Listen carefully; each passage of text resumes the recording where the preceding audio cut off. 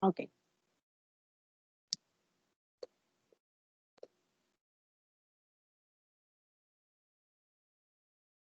Perfecto, ya está grabando también. Entonces, yo me imagino que ya todos están viendo la diapositiva, ¿verdad? Bueno. Sigue cargando. Sigue cargando. Gracias, David. Me espero tantito entonces. Bueno, entonces, vamos a comenzar hoy a ver acerca del... Ahora sí. ¿Ya? Perfecto. Gracias. Bueno, entonces nos quedamos platicando la semana pasada, vimos Sí. Dime, ¿sí? ¿Ya se ve? Perfecto. Entonces nos quedamos platicando acerca de la relación de huésped-parásito, vimos los tipos de interacción que teníamos con los huéspedes, platicamos acerca de los mecanismos de agresión que presentaban las bacterias para poder hacer una invasión, poder realizar una infección, ¿no? Colonización, la adhesión, todo eso platicamos el viernes. Entonces, hoy tenemos 2 horas, vamos a terminar esta parte de los mecanismos de esa interacción que están entre los huéspedes y las bacterias. Y dime, David, no sé si... Ok, entonces vamos a platicar hoy, a terminar de ver esa interacción entre las bacterias y el huésped, que va a ser pues, entre las bacterias y el cuerpo humano. Y vamos a terminar con esta parte de defensa que nosotros tenemos frente a las bacterias, ¿no? O incluso frente a esas enfermedades infecciosas, independientemente de que sea solo una enfermedad producida por bacterias, sino incluso puede ser un proceso viral o puede ser un proceso parasitario o incluso alguna micosis, ¿no? Que son producidas por los hongos. Entonces, en estas 2 horas vamos a empezar ya a ver todo el proceso de infección por bacterias, que es nuestro primer parcial, donde van a venir incluidas los primeros grupos de bacterias que van a ser estreptococos, ¿no? Entonces, hasta hoy vamos a avanzar, hasta lo más que podamos. Bueno, de acuerdo al mecanismo de defensa contra las infecciones, pues nosotros tenemos una respuesta, una inmunidad, ¿no? Tenemos un sistema inmunológico, afortunadamente, depende de las condiciones de ese sistema inmunológico. Y tenemos dos tipos de inmunidades. Tenemos una inmunidad innata, que es la primera respuesta, es como esa primera puerta que va a tratar de detener cualquier agente extraño, ¿no? Y tenemos una inmunidad adaptativa, donde ya hay una inmunidad humoral o una respuesta humoral y una respuesta celular.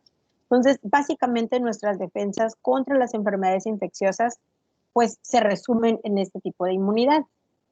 Tenemos primero entonces la inmunidad innata o inespecífica, perdón, aquí está, que esto abarca las capas de la piel. Sabemos que nosotros tenemos parte de la microbiota está en la piel, tenemos epidermidis, tenemos una pequeñita cantidad de áureos, pero si nosotros no tuviéramos esta continuidad de la piel, puede entonces introducirse ciertas infecciones, ¿no? Puede ser que yo tenga una lastimada, alguna herida, o incluso a través de un traumatismo, platicábamos el viernes pasado, que puede ser una puerta de entrada, ¿no? Para que pudiera entrar este tipo de infección. Entonces, la piel es parte de esta inmunidad innata. El que nosotros hagamos una sudoración, por ejemplo, esto es en respuesta para poder contrarrestar esta infección. Tenemos mucosas, tanto en vías digestivas, urogenitales también. Entonces también evitan esa mucosidad o incluso en la parte de la conjuntiva, de la parte nasal, esta mucosa hace como una especie, pues precisamente lo que es un moco y queda en esta mucosidad, pues atrapados los agentes infecciosos. La lisocima que se secreta en las lágrimas, automáticamente les decía, hay un agente extraño en el ojo y empezamos a lagrimear, ¿no? Es un tipo de lavado. pH ácido de la vagina, alguna variación en este pH, entonces podemos adquirir de esta manera una infección. ¿Cuándo puede cambiar el pH ácido de la vagina? Puede ser por otra infección, puede ser cuando tenemos relaciones sexuales, puede ser cuando abusamos de óvulos, de pomadas, este tipo de cremas, ¿no? Vaginales, duchas vaginales, o también cuando estamos embarazadas las mujeres, hay un cambio en el pH vaginal, ¿no? Y el pH del estómago también. Si nosotros llegamos a ingerir cierto microorganismo, pues el pH del estómago pues puede degradar, ¿no? Entonces, también dentro de los procesos de nuestras defensas contra estos microorganismos infecciosos, pues está el proceso de fagocitosis. Pues estoy segurísima que ya han platicado acerca del proceso de fagocitosis. Fago, que viene de la palabra comer, y citosis, que es de células, ¿no? En resumen, son células propias del organismo, de nosotros o del cuerpo humano, que van a contrarrestar, van a defendernos, ¿no? Y pareciera que es un proceso de comer, la célula va a comer al agente extraño y lo que hace es rodearla, ¿no? Precisamente. Entonces, son una de las defensas más importantes. Las principales células implicadas son polimorfonucleares, que es lo que significa PMN. También están los macrófagos y células dendríticas. Entonces, en la imagen ustedes pueden ver un proceso de fagocitosis. Está la bacteria, que es como, parece un bacilito, es como si fuera un bastón, color verde. Y entonces, estos polimorfonucleares, estos macrófagos, células dendríticas y otro número de células específicas, lo que hacen es como abrazar a esta bacteria. Y entonces, si fuera un polimorfo nuclear, por ejemplo, un eosinófilo, un neutrófilo, sobre todo a través de los gránulos que contienen estas células, empiezan a degradar a la bacteria, ¿no? Entonces, la fagocitosis va a ser un proceso muy importante en el momento de hacer la eliminación, sobre todo bacteriana. Cuando estemos platicando acerca de cada una de las bacterias, vamos a ver la capacidad que tenga la bacteria para poder inhibir este proceso de fagocitosis o no. ¿Okay? Entonces, parte de esa respuesta nosotros podemos hacer ese proceso de fagocitosis, ¿no? Y no es algo que nosotros pudiéramos, ¿cómo decirlo? No es algo que nosotros podemos activar, ¿no? Es parte del proceso, sobre todo celular.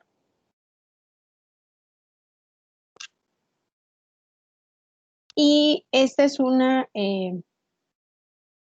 no sé si con ustedes vi ya este video donde está la bacteria. Ya habíamos visto Sí, eso. ¿verdad? Sí, ahorita dije yo ese video ya lo vi con ustedes. Es como veo los dos grupos, no sé con cuál de cuál. Okay. Entonces, el proceso de fagocitosis es, en resumen, poder comer al agente infeccioso, ¿no? Y bueno, esa es una tablita, un diagramita que viene con los mecanismos de defensa propios, que de manera natural o de manera innata, que va a estar en la piel, en los ojos, vías respiratorias, tubo digestivo, que decíamos, la acidez del estómago, la acidez de la orina, también es un proceso para hacer un lavado, piel, que está la barrera de toda la piel, el moco, lavado de las lágrimas. Entonces, para que puedan verlo de manera más específica. Y en parte también entonces decíamos de esa protección que vamos a tener diferentes respuestas de parte del sistema inmunológico. Como en primer lugar está entonces la respuesta innata, que van a ser todas las barreras naturales que habíamos platicado ahorita. Después vamos a tener también defensas inmunitarias innatas, que son específicas, como va a ser la fiebre, puede ser proceso de interferón, el complemento, neutrófilos, macrófagos, células dendríticas, ¿no? Natural killer, por ejemplo. Y también las respuestas inmunitarias adaptativas, que son específicas, en donde ya vamos a tener sobre todo la participación de anticuerpos, ¿no? Unos linfocitos T, que ya entonces van a trabajar junto con linfocitos B para poder activar anticuerpos, ¿no? Pero es una respuesta adaptativa específica, porque entonces nosotros vamos a tener anticuerpos específicamente contra ese microorganismo, ¿no? Vamos a profundizar ahorita un poquito más en ese tema. Entonces, en la parte de anticuerpos que decíamos, los anticuerpos son producidos por los linfocitos B, sabemos que son producidos por estos linfocitos B, y estos presentan moléculas de inmunoglobulinas en su superficie, y tales inmunoglobulinas sirven como receptores para antígenos específicos. Entonces, cada anticuerpo va a ser específico contra lo que decíamos un microorganismo. En el diagrama que ustedes observan tenemos pues médula ósea, que es en donde se producen estos dos linfocitos, ¿no? Un linfocito T que madura en el timo y el linfocito B que madura también en médula ósea. Entonces, los linfocitos T sabemos que tienen sus funciones específicas, sobre todo pueden activar las citocinas y entonces, más bien, pueden, no es activar la palabra, es fomentar la participación de las citocinas. Entonces vamos a tener incluso procesos inflamatorios, vamos a empezar a tener diferenciación de estos linfocitos D. Y por otro lado, entonces tenemos a los linfocitos B. Estos linfocitos B van a interactuar con el linfocito T y entonces van a crear una célula plasmática que se va a convertir en un anticuerpo, ¿no? Esos anticuerpos van, le decíamos, a trabajar en respuesta específica e incluso como parte del diagnóstico nosotros podemos medir estos anticuerpos, ¿no? No es nada más de, mídeme ahí qué anticuerpos tengo. Tendríamos que trabajar o que buscar anticuerpos específicos, por ejemplo, contra COVID, ¿no? Ahorita tenemos una IgG o una IgM específica para COVID. Es una prueba específica, ¿no? En este caso, una IgG, que es lo que más está ahorita buscando en el caso de COVID, para ver qué tanta respuesta inmune o qué tanta, más que nada, protección vamos a tener contra COVID, ¿no? Es lo que vamos a buscar contra anticuerpos. Hay anticuerpos antitoxoplasma, hay anticuerpos anti-giardia, hay anticuerpos anti-herpes. Entonces, esos anticuerpos, pues si son producidos en médula ósea o son originados en médula ósea, pues evidentemente los vamos a buscar en sangre, ¿no? Y estos tienen todo un proceso, ¿no? El mínimo depende del virus, por ejemplo. En el caso de dengue, pues podemos buscarlo después del cuarto, quinto día. En el caso de COVID, pues vamos a buscarlo después del 10º día. Entonces, hay anticuerpos o más bien se va buscando cada cuánto se crean los anticuerpos de acuerdo a cada uno de estos microorganismos. ¿Ok? Y bueno, como parte también de estas defensas tenemos una respuesta inflamatoria. Cuando nosotros tenemos sobre todo un proceso inflamatorio puede ser ya sea como un proceso interno, pero también podemos tener alguna lesión al tejido. Entonces, si yo, por ejemplo, tengo un traumatismo, se hace una respuesta inflamatoria, ¿no? Y esta respuesta inflamatoria lo que hace es contraatacar que no se disemine, en este caso fuera una bacteria, por ejemplo, ¿no? Voy tantito acá. Bueno, en la respuesta inflamatoria tenemos procesos en donde van a salir a flote las citocinas. Si yo tengo una lesión, decíamos, del tejido, por ejemplo, aquí en esta imagen dice que es una astilla, que ahí se observan unas bacterias que van a entrar junto con esta lesión, ¿no? Que se produjo por la astilla. Entonces, la astilla es la que rompe la continuidad de la piel, la astilla es la que hace el traumatismo, en este caso son bacterias, independientemente de qué tipo fuera. Y entonces, lo que va a pasar aquí es que se va a formar un edema, líquido de edema, vamos a tener aquí un plasma, entonces se va a ver este edema que va a ser la inflamación, ¿no? Como tal, van a haber una participación de citocinas y también vamos a tener una respuesta que me va a ayudar al formarse este edema o esta inflamación, se va a formar como una especie de malla. Entonces, ¿por qué se forma esta especie de malla cuando ocurre incluso una vasodilatación? Precisamente lo que hace es que si se introducen unas bacterias, el proceso inflamatorio lo que hace es como abrazar a esas bacterias para tratar de que no se disemine pues precisamente este agente infeccioso, ¿no? Eso es lo que hace un proceso de inflamación, sobre todo cuando tenemos una lesión a nivel de tejido. Entonces, si es hay una vasodilatación, por lo mismo que se filtra este líquido, se forma lo que es el edema y entonces lo que hacen al momento de formar esta malla es precisamente el tratar como de abrazar. Se forma una especie de red para tratar de evitar que se disemine la bacteria. ¿Okay? Y bueno, después tenemos la fiebre. La fiebre es una manifestación sistémica cuando tenemos una respuesta inflamatoria también y es un síntoma cardinal de enfermedades infecciosas. ¿Quién me puede producir fiebre? Sobre todo un proceso infeccioso por bacterias, pero también está la participación de los virus que son también procesos infecciosos, me los pueden producir diferentes, sabemos un paciente con dengue, ¿no? Un paciente con dengue, algo característico es una fiebre elevada por encima de los 38 grados, ¿no? Entonces, esta es como un foco rojo de que probablemente tenemos una enfermedad infecciosa. Ahora, entre las sustancias capaces de inducir fiebre se encuentran endotoxinas de bacterias gram negativas y citocinas liberadas por las células linfoides como la interleucina 1. Entonces, esta interleucina 1, que es precisamente es una citocina, es presentada específicamente al termorregulador. Si nosotros tenemos en el cuerpo una infección bacteriana, por ejemplo, entonces se liberan citocinas y esta interleucina 1, que es precisamente una citocina, circula a través de torrente sanguíneo. ¿Qué sucede entonces o cómo se produce la reacción de la fiebre?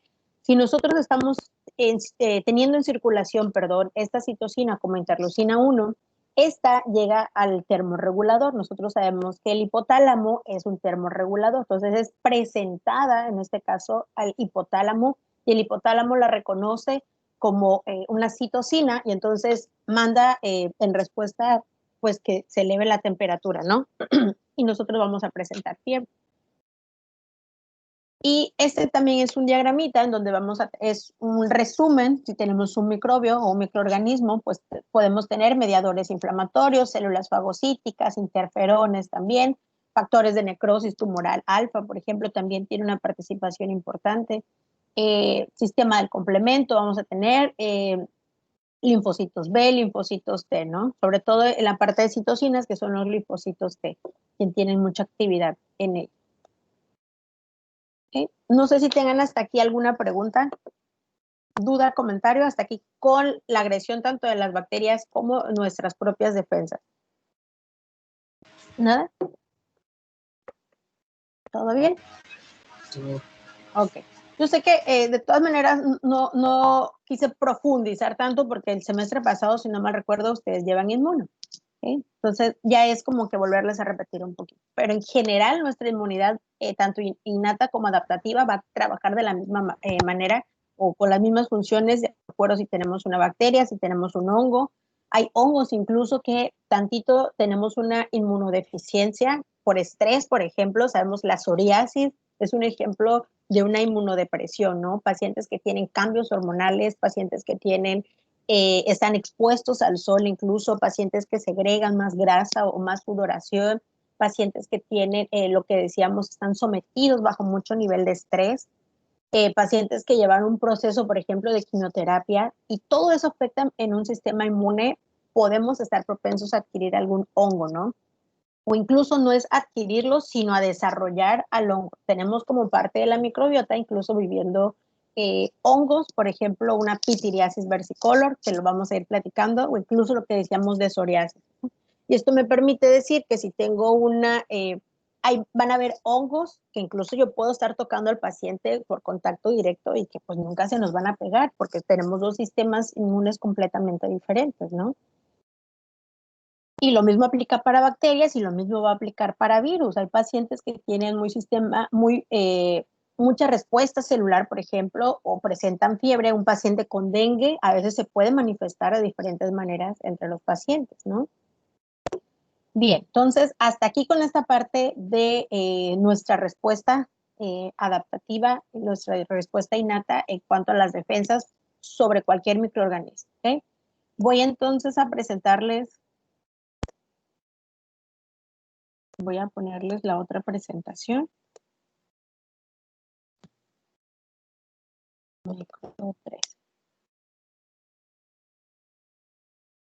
Ok, está cargando tantito. Cualquier duda que tengan, saben que activen su micrófono y ya para que puedan hacer su pregunta. Como están pesadas por las imágenes. Bien, espero tantito porque sí tarda. Yo ya la veo, pero entonces voy a esperarme tantito para que todos puedan ver.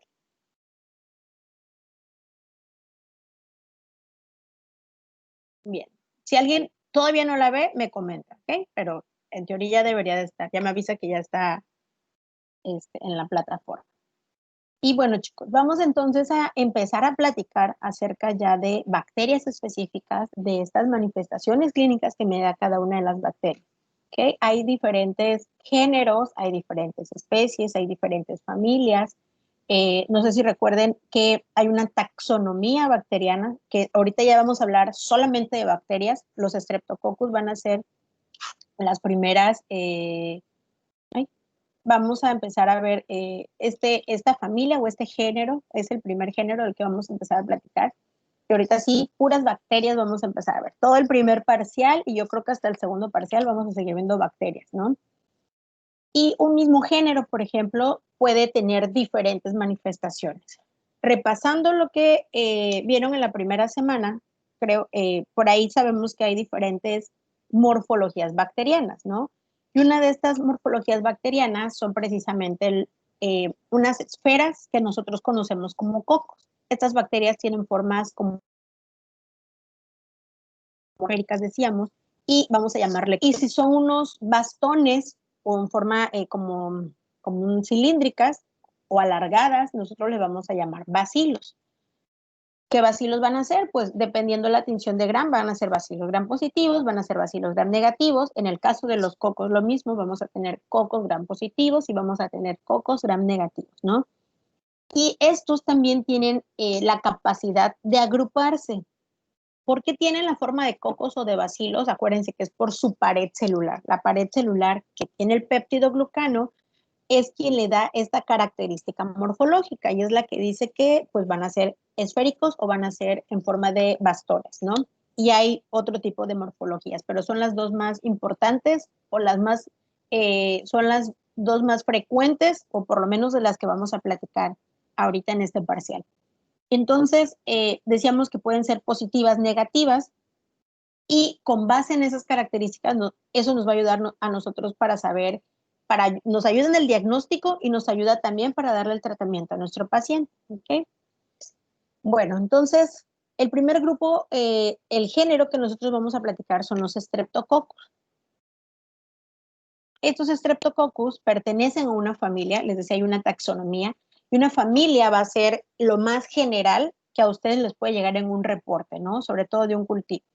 Entonces, estas familias me indican que tienen características similares. Entonces, los Streptococcus pertenecen a esta familia que se llama Streptococcaceae. Casi siempre las familias tienen una terminación EAE y por ahí nos podemos dar cuenta que hace referencia a la familia. Estos Streptococcus, entonces, son cocos tipo gram positivos. Me está diciendo entonces que yo los voy a ver de forma esférica, como observan en la imagen, van a ser de forma como bolitas o esféricas, son cocos y van a ser gram positivos, por lo tanto yo lo voy a observar de color morado o violeta en una tinción de gram. ¿Okay? Me está diciendo que si son gram positivos, pues entonces tienen una gruesa capa de peptidoglucano que más adelante eso mismo me va a ayudar, decíamos, a determinar el tipo de tratamiento, ¿no?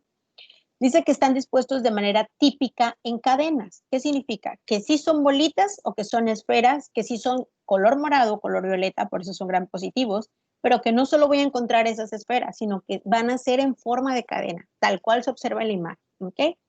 Esas características yo las puedo observar al microscopio y a ustedes en algunos cultivos les pueden llegar. Se observan cocos gram positivos en cadena. Entonces, ustedes ya, por ende, saben que pues están frente a un estreptococo, ¿no? No va a haber ningún otro género que sea esférico, que sea morado, violeta y que aparte esté en cadena. Solo los estreptococos, ¿ok? Y ahorita vamos a ver algunas variaciones entre este grupo.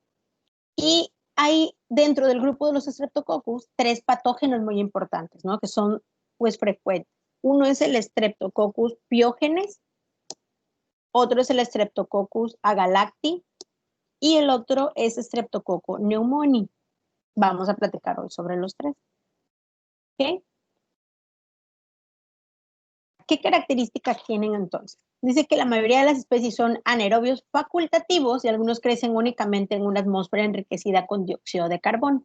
Si son anaerobios facultativos, entonces me está diciendo que crecen en ausencia de oxígeno preferentemente o incluso en dióxido de carbono, ¿no? Tanto esas características de que si son anaerobios facultativos, también a mí como médico a veces me hace indicaciones sobre cómo vive dentro del cuerpo, ¿no? Me está diciendo que pues donde hay oxigenación regularmente no vamos a encontrar este tipo de agentes o incluso en la parte diagnóstica, pues yo voy a tratar de darle todas las condiciones a ese cultivo para que pueda desarrollarse ese estrepto, ¿no?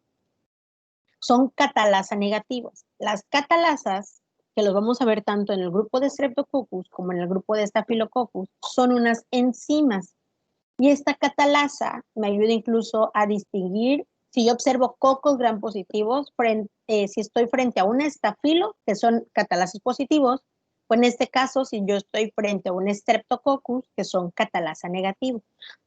Perdón. ¿Qué hace esta catalasa? Esta enzima de la catalasa. La catalasa lo que hace es dividir al peróxido de hidrógeno. Y bueno, si no recordamos el peróxido de hidrógeno, perdón, su fórmula es H2O2, peróxido de hidrógeno, lo que conocemos como agua oxigenada, ¿no? Y entonces este peróxido de hidrógeno lo divide en una molécula de agua y 2 moléculas de oxígeno. Entonces, dentro del cuerpo, esta catalasa realiza esas mismas funciones. ¿Por qué existe la catalasa? Porque el peróxido de hidrógeno que vive adentro de nosotros o de nuestros pacientes es tóxico, por ejemplo, para algunas bacterias. Entonces, en este caso, el Streptococcus puede vivir con ese peróxido de hidrógeno, por lo tanto, es una catalasa negativa. No tienen necesidad de utilizar esa enzima, ¿ok? Ellos no tienen esta enzima. Porque de todas maneras, en algunos libros van a encontrar ustedes Streptococcus es catalasa negativo porque esto ayuda muchísimo al momento de identificarlos. En la parte diagnóstica es sumamente importante corroborar que sean catalasas negativos y entonces yo digo si es un Streptococcus, ¿ok? Perdón. Y debido a que satisface las necesidades de crecimiento y también, y es que no sé por qué me tapa esta cosa ahí, justo ahí donde está la parte de presentación de diapositiva. A ver si lo puedo agrandar, tampoco se puede agrandar. Bueno, dice, debido a que satisface las necesidades de crecimiento y también sirve como un indicador de los patrones de hemólisis. Ok, con Streptococcus vamos a tener también una presencia de hemólisis. Ellos pueden crear hemólisis. ¿Qué es una hemólisis? Estas hemólisis las podemos ver también en los medios de cultivo, pero acuérdense que todo lo que nosotros podamos ver in vitro, regularmente también, entonces ellos van a tener esa acción in vivo, ¿no? In vitro va a ser todos los cultivos, desde aquí afuera, todos los procesos que nosotros realizamos para el diagnóstico, ¿no? In vivo, pues hace referencia a todo lo que ocurre dentro del paciente o dentro del cuerpo humano. Ellos producen unas hemólisis y entonces lisis, que viene de la palabra rompimiento, y hemo, pues que viene de la palabra sobre todo de sangre, ¿no? Hace un rompimiento de eritrocitos. Y esto también, decíamos, son características que pueden realizar los estreptos y que yo lo puedo ver estas hemólisis reflejadas en la clínica de mi paciente, pero también estas hemólisis a mí me va a ayudar a distinguir qué tipo de Streptococcus es. Ahorita vamos a profundizar un poquito más sobre esto. ¿Sí? Ahora, hay una clasificación de estos estreptos. ¿Para qué me sirve la clasificación? Para saber si yo tengo un piógenes, para saber si yo tengo un agalacti, para saber si yo tengo un pneumoni, incluso para saber si yo tengo un epidermidis, que no viene en su guía, pero recordarán que este tipo hay estreptos que nosotros vamos a tener como parte de la microbiota, ¿no? Entonces, ahorita vamos a hablar específicamente de aquellos que son más patógenos, pero ¿para qué decíamos sirve esta clasificación? Para determinar sobre todo qué tipo de estrepto es y qué acción va a tener en mi paciente. Entonces, de acuerdo a la pared celular de los Streptococcus, hay una clasificación que llama clasificación de Landsfield, que es una investigadora, Rebecca Landsfield, estudia todas las paredes celulares de los Streptococcus y de acuerdo a los carbohidratos que están en esa pared celular, ella empieza a clasificarlos. Entonces, esta clasificación hace referencia con letras. Vamos a tener un estrepto tipo A o del grupo A, vamos a tener un estrepto del grupo B, vamos a tener un Streptococcus del grupo C, vamos a tener un Streptococcus del grupo D. Y a veces es importante que ustedes se familiaricen por lo menos con el tipo A o tipo B, que son los más frecuentes, porque a veces los reportes de laboratorio no les llega como tenemos aquí un Streptococcus piógenes o tenemos aquí un Streptococcus agalacti, ¿no? Sino les dicen, estamos observando un Streptococcus del grupo B. Entonces, ustedes tienen que familiarizarse, ¿no? Sobre el tipo de clasificación que también hay con esos Streptococcus. Y el Streptococcus del grupo A hace referencia a un Streptococcus piógenes Y el Streptococcus del grupo B hace referencia a Strepto agalacti. Por ejemplo, el Streptopneumoniae, que también es conocido como neumococo, porque produce neumonía, no pertenece a una clasificación. Entonces, en resumen, como parte de esta clasificación, les decía que a veces en los reportes de laboratorio a ustedes les puede llegar. Hay abundante desarrollo, no sé, de Streptococcus del grupo B. Entonces ustedes van a saber que de quienes le están hablando va a ser un Strepto agalacti, ¿no? Y de acuerdo a esto, pues vamos a ver la edad de paciente, si es hombre, si es mujer, en dónde presenta el desarrollo bacteriano, ¿okay? Que eso es lo que vamos a ir platicando hoy. Cualquier duda, jóvenes, acuérdense que pueden preguntar con toda confianza, ¿vale? Y bien, también tenemos, decíamos, la hemólisis. Muchos estreptococos pueden producir hemólisis de los eritrocitos in vitro en grados variables. Entonces, in vitro se hace referencia a los cultivos, ¿no? En la imagen ustedes observan una caja Petri o un agar que se llama este cultivo agar sangre, ¿ok? Y entonces, como es un agar sangre que literalmente tiene sangre, sobre todo sangre de carnero, de animal carnero, me permite observar esta hemólisis. Y decíamos que esta hemólisis va a ser entonces el rompimiento del eritrocito, ¿ok? Y de acuerdo a estas hemólisis, tenemos, si realizan una destrucción completa del eritrocito, va a haber un aclaramiento en pues de la sangre, ¿no? Este agar que es completamente rojo y tenemos un eritrocito que va a ser un estrepto que va a ser una destrucción completa del eritrocito. Entonces nosotros vemos un halo alrededor de esas colonias o del crecimiento bacteriano completamente, pues, transparente, ¿no?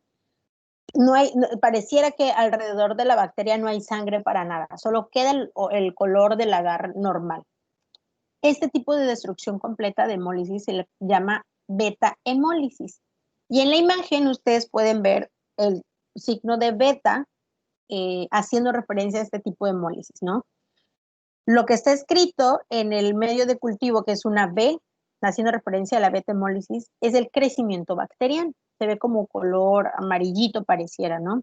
Esas son las bacterias, en este caso Streptococcus, que hacen la beta-hemólisis. Y todo lo que está alrededor de la B, que es como un halo, eso estaba de color rojo inicialmente, y entonces este grupo de streptos eliminó o lisó más bien por completo a los eritrocitos que estaban en ese medio o en ese agar. Después tenemos una lisis incompleta de los eritrocitos con reducción solo de hemoglobinas. Incluso por ahí pareciera que es un color como verdoso. A este tipo de hemólisis se le llama hemólisis alfa. Es una hemólisis muchísimo menor que la beta-hemólisis. Y entonces sí, a veces lo vemos contra luz y agarra como una coloración verdosa. Van a ver un grupo de streptus que tienen pues específicamente este tipo de hemólisis, ¿no? Y que me ayuda a mí para hacer la identificación.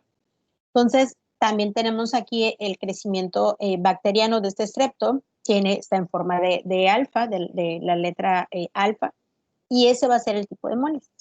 Y hay una hemólisis, una tercera, si bien grupo hemólisis, aunque no es propiamente una hemólisis, porque le llaman hemólisis gamma aquellas bacterias, precisamente streptos, que no producen hemólisis. Entonces, pues está mal dicho decir hemólisis tipo gamma, pero sabemos que es porque no hay una hemólisis como tal. Es un strepto que no tiene la capacidad de lisar los eritrocitos, puede ser este rompimiento de eritrocitos.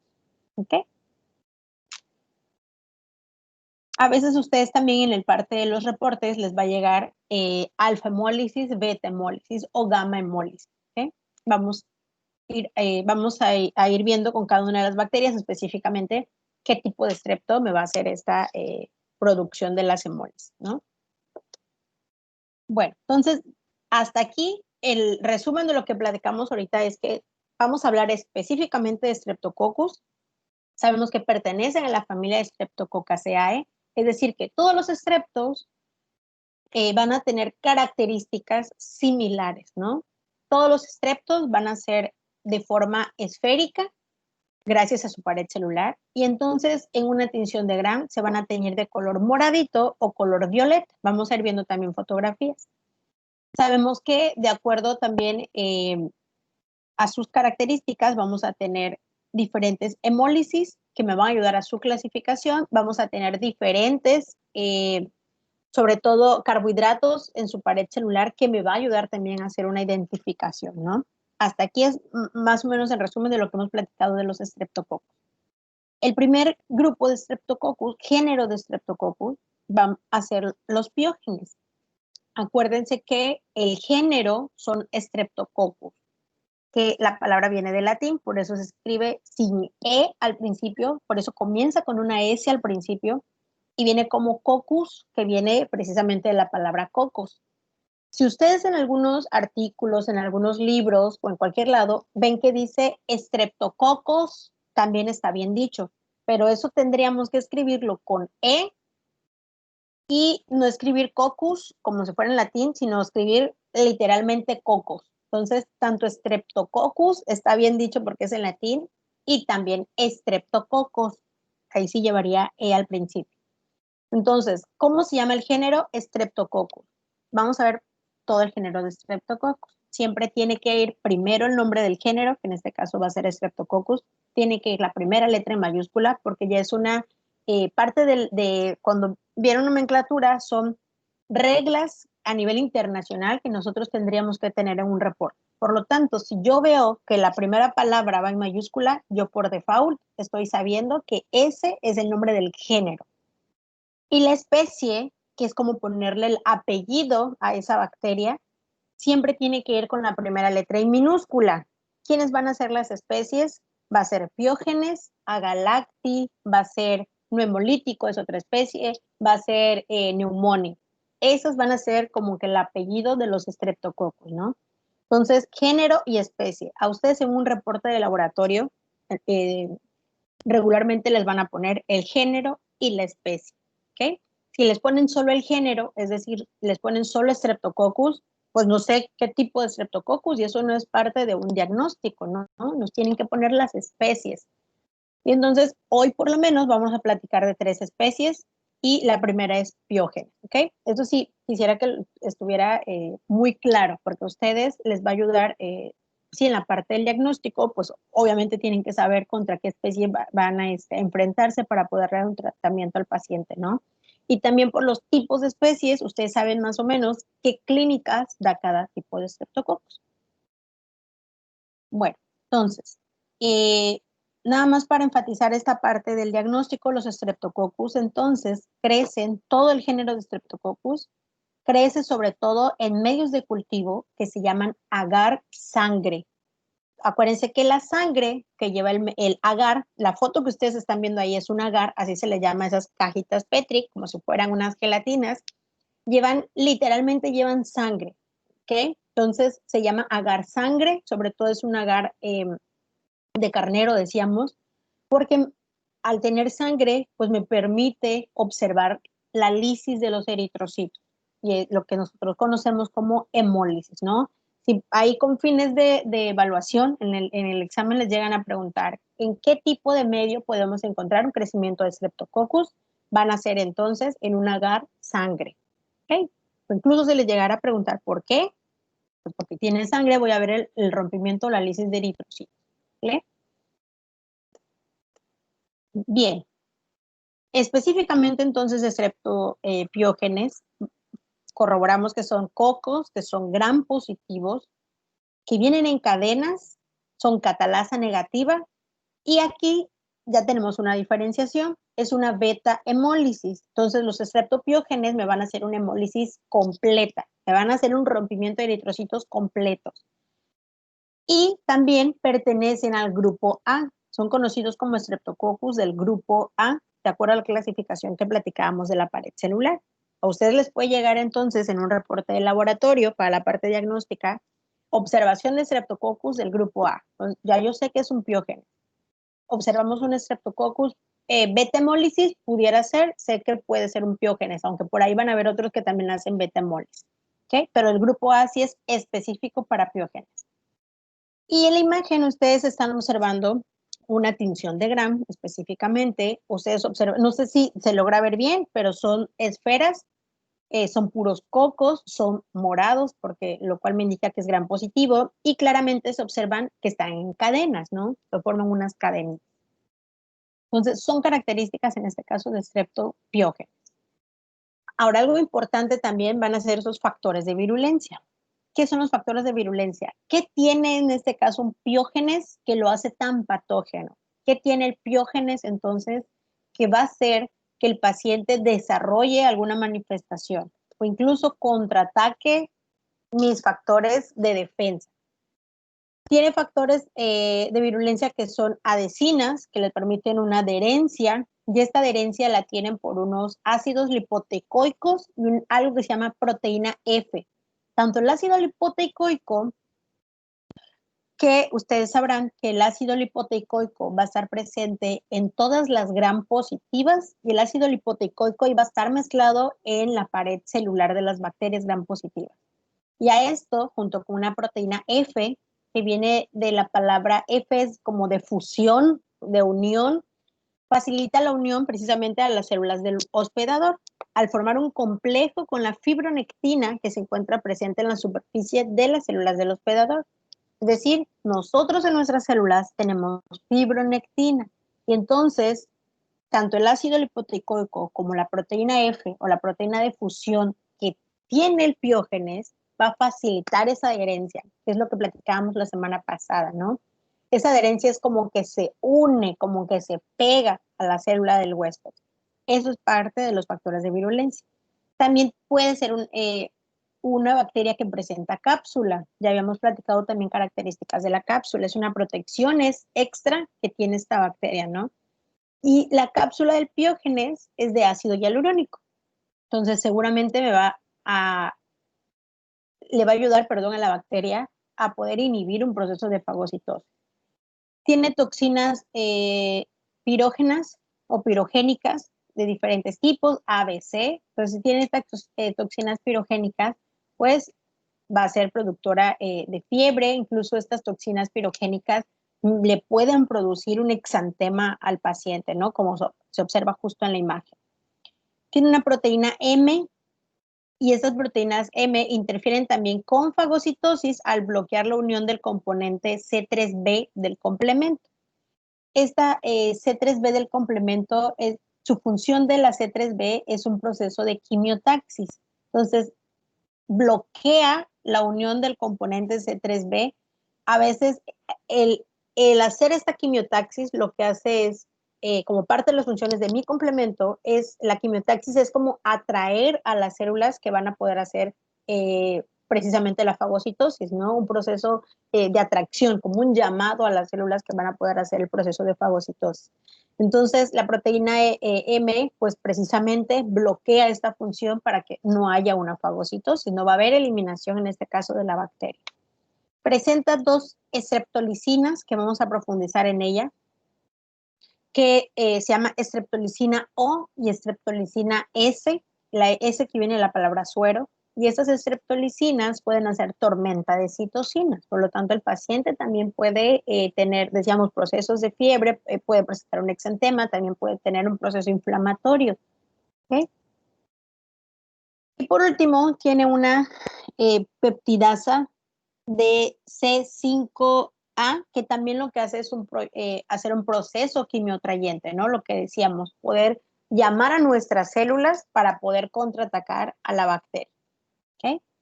Sí, es importante que por ahí se familiaricen con factores de virulencia, porque aquí entre nos, y si no ve la grabación la doctora Katia, sí, en el primer parcial vienen, en el examen vienen muchas preguntas sobre factores de virulencia. Es decir, esos puntos claves que tiene cada bacteria para poder empezar o ejercer una infección en el paciente, ¿no? Entonces, por ahí sí, denle una buena repasada a los factores de virulencia. Bueno, decíamos que presenta unas hemolicinas, que son las streptolicinas que hablábamos en la diapositiva anterior, ¿ok? Me regreso tantito. Aquí vienen streptolicina O y streptolicina S. Estas streptolicinas vienen de strepto, precisamente el género, pero también se le conoce como hemolicinas. Licinas, decíamos que viene la palabra lisis, que es de rompimiento, y hemo, pues precisamente al eritro, ¿no? De la sangre. Entonces, estas hemolicinas tenemos dos. La streptolicina S, que es una hemolicina estable en presencia de oxígeno que puede lisar eritrocitos, leucocitos y plaquetas. Y también la streptolicina O, que es lábil al oxígeno, que es capaz también de lisar eritrocitos, leucocitos, plaquetas y células también en cultivo. ¿Okay? Si yo estoy diciendo entonces que tengo estas hemolicinas dentro del cuerpo del paciente, también puede llegar a lisar este tipo de células, eritrocitos, leucos o incluso plaquetas. ¿Okay? Y se forman anticuerpos con facilidad frente a la streptolicina O, lo que llamamos anticuerpos anti-streptolicina O. Es decir, nuestro cuerpo, al observar o al tener la presencia de estas hemolicinas, sobre todo con la streptolicina tipo O, se forman una especie o un complejo, lo que nosotros expresamos como un anticuerpo que llamamos anticuerpo antistreptolicina O. Estos anticuerpos entonces pueden ser medibles en pruebas diagnósticas. Hay una prueba que se llama así, antistreptolicina, y específicamente ya sé que es antistreptolicina O. Si estamos diciendo entonces que es por anticuerpos, aún cuando yo tuviera una infección en garganta por piógenes, que es lo más frecuente que me causa piógenes, le puedo hacer un cultivo a mi paciente en faringe, pero también si yo quisiera corroborar la participación de un piógenes dentro del cuerpo de mi paciente, o sea, tener más evidencia de que tengo un piógenes, puedo entonces hacerle una prueba de antiestreptolicina O a mi paciente, y estos, si son anticuerpos, recuerden que los anticuerpos son medibles en sangre, ¿ok? Específicamente en suero, le tomamos muestra al paciente y entonces se ve la cantidad de anticuerpos antiestreptolicina O. Si saliera positivo, entonces nos está confirmando que estamos frente a un piógenes. Bueno, la transmisión del piógenes, ¿cómo se va a dar? Puede ser de persona a persona mediante gotitas respiratorias, que entonces, mientras estamos hablando, no sé si tienen por ahí el novio que tiene un piógenes, también de esta manera se la van a pasar mucosas y se va a quedar sobre todo a nivel de faringe. Entonces puedo tener una infección en faringe, me puede producir una faringitis por estas microgotitas, ¿no? O estos aerosoles, al momento de estornudar, al momento de toser, al momento de hablar incluso. Puede ser a través de heridas de la piel por contacto directo con un individuo infectado o con un fomite o con un artrópodo vector. Ya habíamos platicado precisamente, ¿no? Funciones de los artrópodos, los fomites que van a ser todas aquellas, puede ser una toalla, puede ser, decíamos, ropa, ¿no? Algo inanimado, pero que va a contener en este caso apiógenes y lo puede llevar de un lugar a otro, o a través de un individuo infectado que tenga en la piel un streptopiógenes y que se toque junto con la otra piel por algún descuido, entonces puede adquirir una infección en la piel por contacto directo. Por ingesta de alimentos contaminados, puede ser por leche, helados, verduras, huevos, sobre todo lácteos, aunque la ingesta de alimentos aquí no es tan frecuente. Y contaminación de heridas o lesiones de la piel, lo cual produce normalmente a una fascitis necrotizante. Es decir, que yo ya tengo una herida y que tenga una infección por streptopiógenes. Puede ser que esté expuesta esa herida, que no reciban lavados o que tenga una asepsia correcta. Entonces adquirimos una infección por un streptopiógenes y al final puedo terminar incluso por una fascitis, ¿no? Entonces, en resumen, la transmisión de piógenes va a ser por estos aerosoles o estas micropartículas, por una herida de la piel por contacto directo, o sobre todo si yo la adquiero porque ya tengo una herida y entonces voy a adquirir una infección por streptopiógenes. ¿Okay? Les decía, la ingesta de alimentos no es tan frecuente para tener una infección por streptopiógenes. Y bueno, ¿qué enfermedades clínicas voy a tener entonces que me va a producir piógenes? Puedo tener de dos tipos, unas supurativas, es decir, que puedo tener presencia de pus, y unas no supurativas, que sobre todo, pues aquellas no productoras de pus, ¿no? No va a haber aumento de leucos tanto aquí. Entonces, dentro del grupo de las enfermedades estreptocócicas supurativas, tenemos faringitis, infecciones de tejidos blandos, síndrome del shock tóxico estreptocócico. Y dentro de las no supurativas vamos a tener una fiebre reumática y glomerulonefritis. De todas las enfermedades clínicas que pueden ser presentadas por piógenes, la más frecuente es la faringitis. Cuando a nosotros nos mandan a realizar un cultivo faríngeo, realmente la búsqueda pues está muy inducida a un streptopiógenes. La semana pasada decíamos que hay una microbiota transitoria, ¿no? Como parte de esa microbiota transitoria podía estar un Staphylo aureus. Entonces, hay médicos que saben que es transitoria y no le dan tratamiento al paciente.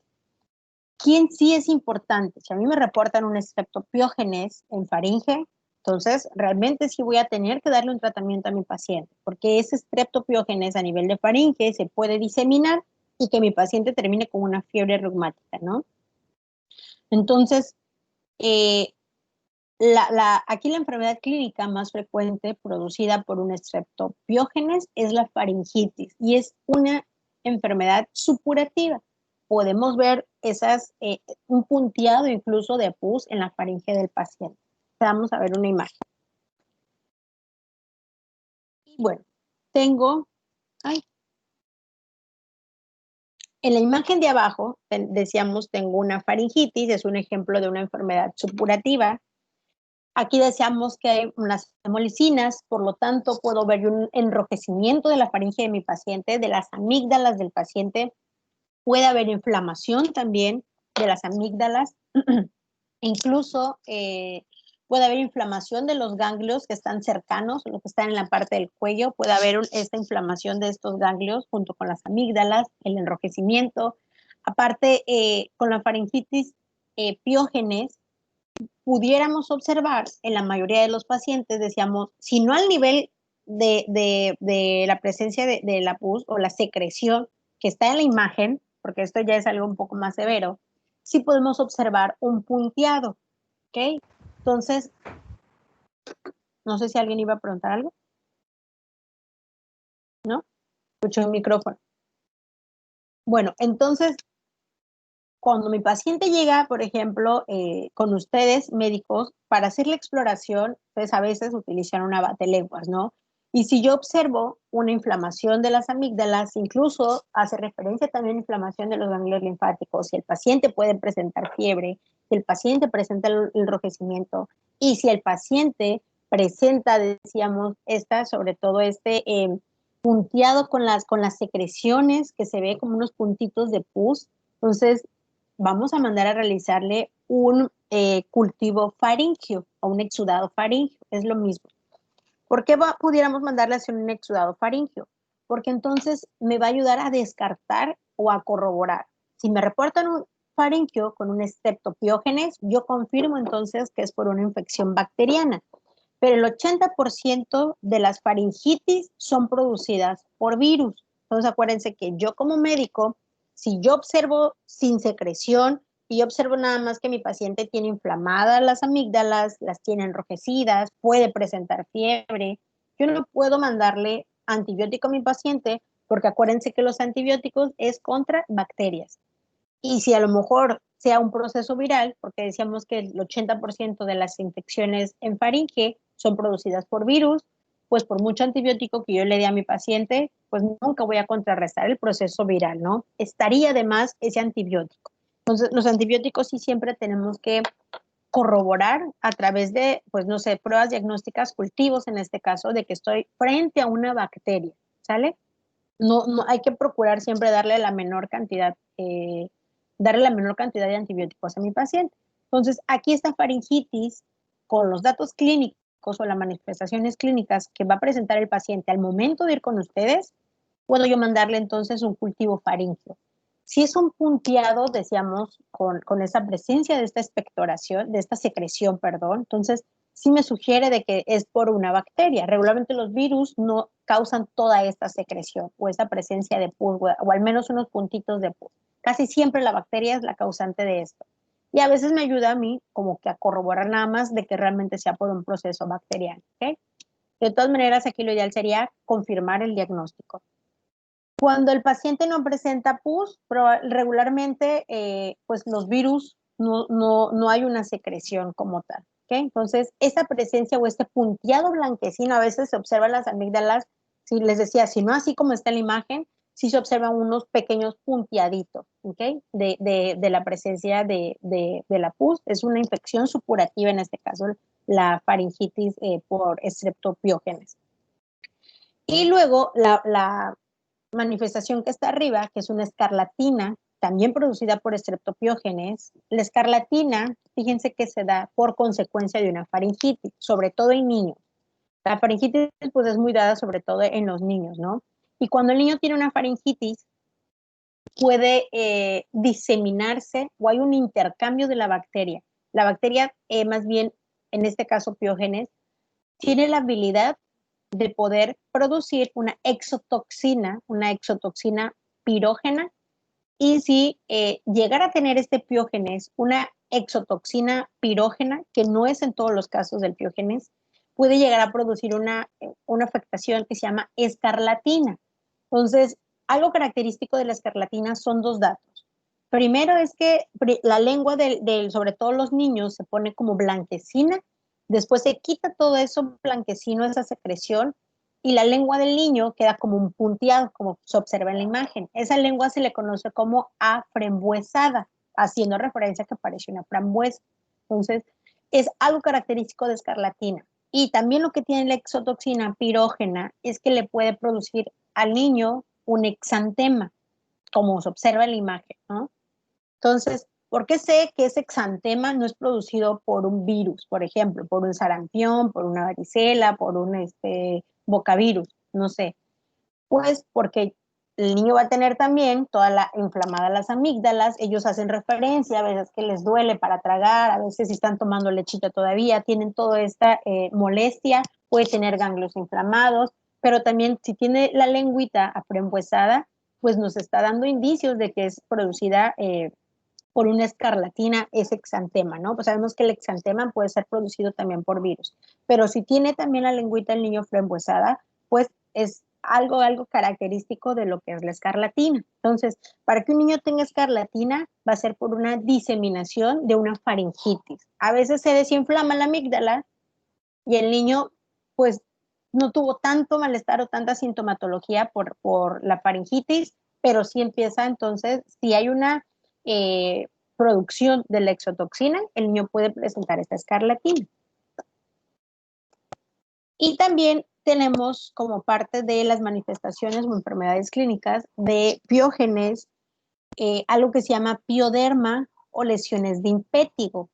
Pio, que viene de la palabra pus, y derma, pues viene de la palabra de la piel, ¿no?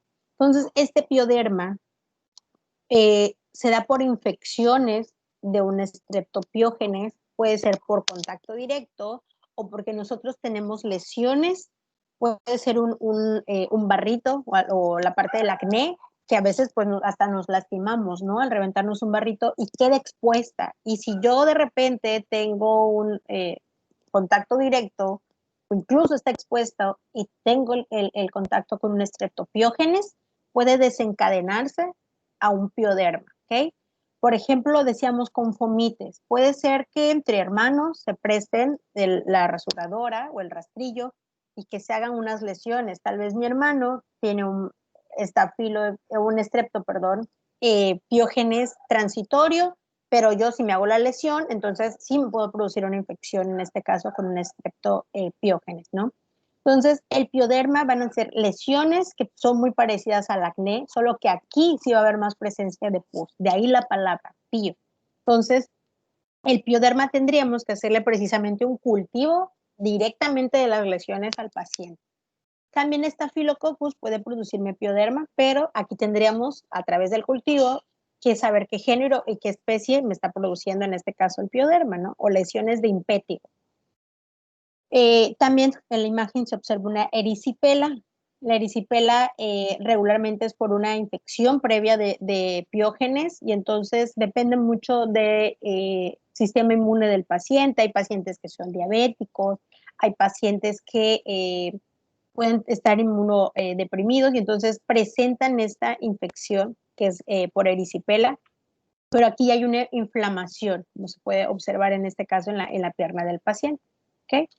Aquí podemos hacer el diagnóstico, en este caso de la erisipela, a través de, específicamente a través de sangre, ¿no? Para ver si hay en torrente sanguíneo, hay streptopiógenes. Y bueno, en resumen, en la parte del diagnóstico, no está aquí, pero la fiebre reumática, me voy a regresar tantito. Decíamos que estas son las manifestaciones o las enfermedades clínicas más frecuentes que puede producir un streptopiógenes, ¿no? Y hay aquí algo muy importante que es la fiebre reumática. La fiebre reumática es también por consecuencia de una faringitis. Todo aquel paciente que tenga una fiebre reumática previamente tuvo faringitis, ¿vale? ¿Por qué se desencadena entonces una fiebre reumática? Porque fue una faringitis maltratada o simplemente no tratada. A veces puede ser que tenga inflamación de ganglios linfáticos, puede ser que me duela, me dé fiebre, pero lo dejemos pasar, y entonces el sistema inmune contrarresta la infección, ¿no? Pero eso no quiere decir que como tal se elimina la bacteria. Entonces, la faringitis es como un proceso latente, si queda en un proceso latente, como adormecido, y entonces afecta de manera más completa o más agresiva al cuerpo, en lo que se desarrolla una fiebre reumática. ¿Qué manifestaciones puede tener un paciente con una fiebre reumática? Como su nombre lo indica, pues van a ser presencia de fiebre, pero van a ser procesos reumáticos. Va a haber una poliartritis. Hay pacientes con fiebre reumática que terminan con una artritis severa. Hay pacientes con fiebre reumática que quedan incapacitados, que hay una inflamación, por ejemplo, en la parte de afectación de la circulación, afecta ganglios linfáticos. Y entonces es tanta la inflamación que puede producir. Aquí hay una actividad de citocinas, lo que habíamos platicado. Entonces a veces el paciente ya no puede ni siquiera caminar. Entonces, parte de estos procesos reumáticos o incluso en los perfiles reumáticos, no sé si alguna vez usted se ha hecho un perfil reumático o ha observado el resultado de un perfil reumático o algún familiar de ustedes se ha hecho un perfil reumático y dentro de los procesos reumáticos van a hacerle o ya sea una antiestreptolicina, lo que platicábamos ahorita en el caso de Piógenes, o incluso cultivo faríngeo. Entonces, a veces los pacientes comentan, pero es que si lo que tengo inflamado y lo que me duelen son las piernas, ¿por qué me van a hacer un cultivo faríngeo? Por lo que se busca es específicamente la presencia de un Streptococcus piógenes, porque es el causante de una fiebre reumática. Entonces, la fiebre reumática es por consecuencia de una faringitis que estuvo maltratada o que simplemente no se trata. ¿Okay? Muchas veces, sobre todo los mexicanos, tenemos la cultura de no atender en el momento las enfermedades, ¿no? Entonces, a veces toman un jarabe y disminuye la sintomatología, o le decíamos, el mismo cuerpo empieza pues con sus defensas a disminuir estos síntomas, ya no hay inflamación, ya no me duele la garganta, pero entonces la bacteria sigue una actividad que va a desencadenar como consecuencia una fiebre reumática. ¿Ok? Entonces, sí es un punto importante porque les decía, sobre todo cuando queremos hacer un diagnóstico reumático, entraría identificar si no tenemos un Streptococcus piógenes, ¿no? Y sobre todo esto ya se da mucho en adultos, fiebre reumática. Ok, no sé si hasta aquí tengan preguntas, dudas con algo, jóvenes. Ya no los veo, no los veo solo camaritas apagadas, no sé si ya están durmiendo, más que aquí en mi casa está lloviendo. Aquí Están con su cafecito, con su pan. No hay ¿Nada? dudas, Doc. Perfecto.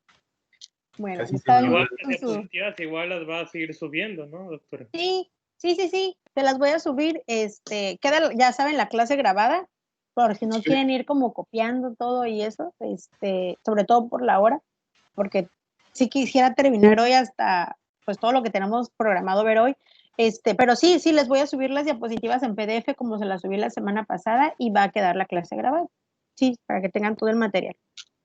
Ok, entonces, parte del diagnóstico de Streptococcus piógenes va a ser o una tinción de Gram, pueden ser cultivos o la prueba de antiestreptolicina o que decíamos, ¿no? Anticuerpo antiestreptolicina, que puede ser para confirmar fiebre reumática, que decíamos, o una glomerulonefritis.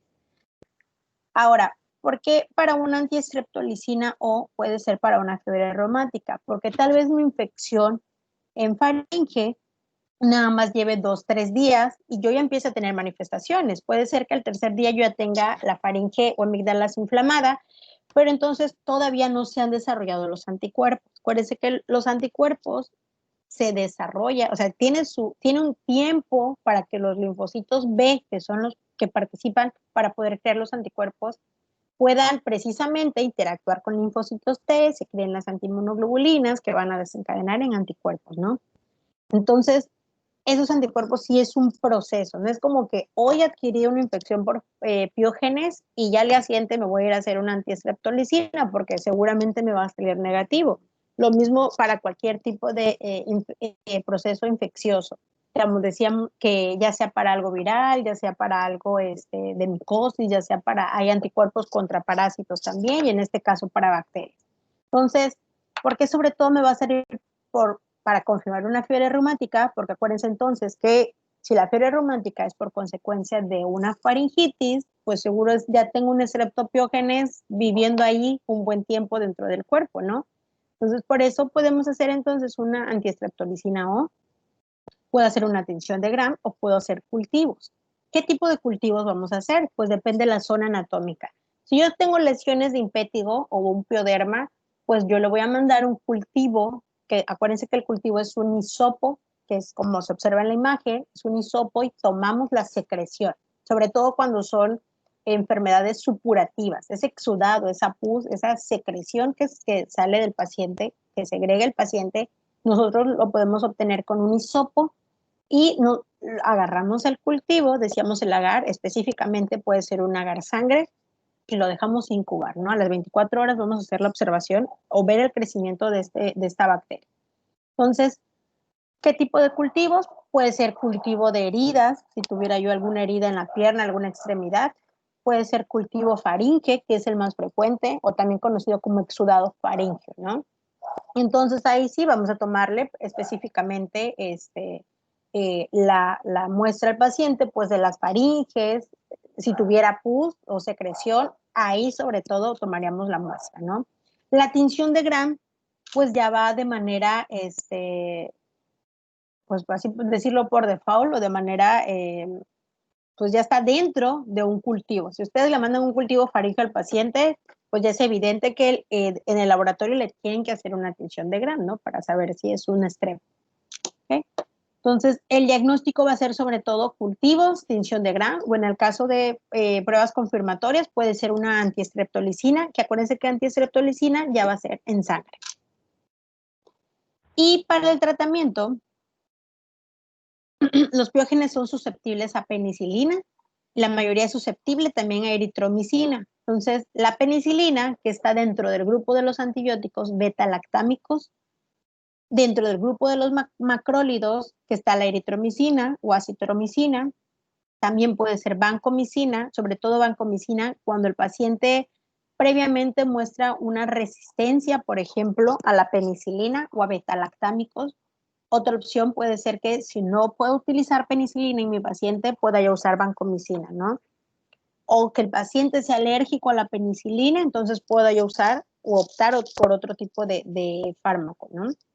Y ay, es que no veo para nada abajo, en los pacientes con faringitis, iniciar el tratamiento en los primeros 10 días previene, decíamos, de una fiebre reumática, ¿no? Porque, vuelvo a decir, la fiebre reumática es por consecuencia de una faringitis que no fue tratada. ¿Okay? Entonces, si inicialmente le damos tratamiento antibiótico específicamente a mi paciente dentro de los 10 primeros días, pues vamos a evitar que se desencadene una fiebre reumática, ¿no? Se disemina a veces la bacteria, puede ser por vía hematógena o sobre todo por ganglios linfáticos también, y es lo que me va a desencadenar una fiebre reumática. ¿Ok? Puedo tener, por ejemplo, una diseminación de piógenes por torrente sanguíneo, claro, y eso me va a llevar a padecer o a tener una bacteriemia. Ya habíamos comentado que la bacteriemia, que aunque no aparece aquí como parte de las enfermedades infecciosas, siempre va a ser cuando una bacteria esté en sangre, y eso puede suceder por una diseminación, ¿no? Por vía hematógena, ¿ok? Y bueno, medidas preventivas para poder evitar una infección por piógenes, pues prácticas de higiene. Los trabajadores enfermos sean separados del trabajo hasta la finalización del periodo contagioso. La persona infectada debe protegerse siempre que tosa con pañuelos desechables o lavarse las manos frecuentemente, después de toser, de estornudar o antes de preparar alimentos o de comer.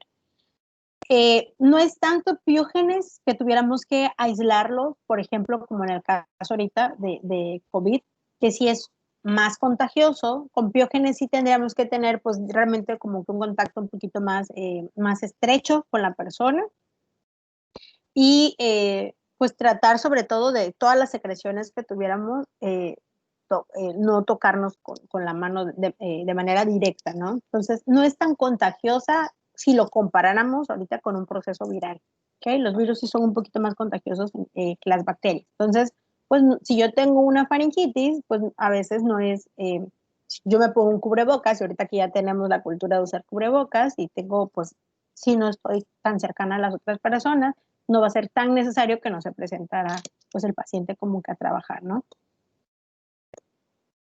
Y bien, entonces hasta aquí terminamos con la parte de streptopiógenes, ¿ok? Entonces, en resumen, lo más importante de piógenes va a ser que me puede producir una faringitis, que tiene lesiones o enfermedades supurativas, me puede producir infecciones en tejidos blandos, brazos, piernas, puedo tener también que se desencadene como consecuencia de una faringitis, decíamos la fiebre reumática, que es también como que lo más importante, ¿no?